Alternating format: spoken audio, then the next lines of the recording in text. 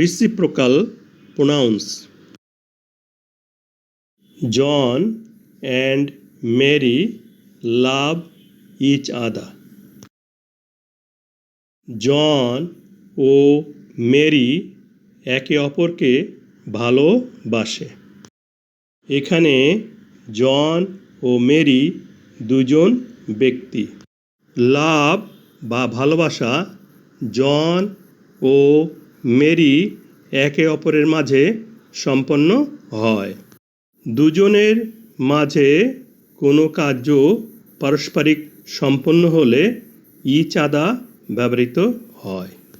এই each আদারকে reciprocal pronoun বলা হয়।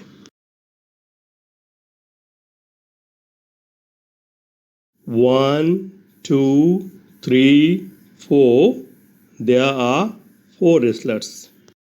The 4 wrestlers are fighting one another. 4 জন কুস্তিগীর একে অন্যের সাথে লড়াই করছে। এই বাক্যে 4 জন কুস্তিগীর বা রেসলার আছে।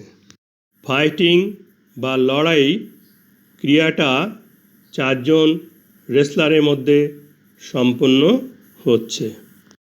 2 এর অধিক ব্যক্তির মধ্যে কার্য সম্পাদন বোঝালে অন অ্যানাদার ব্যবহৃত হয়। এই অন অ্যানাদারকে রিসিপ্রোকাল প্রোনাউন বলা হয়।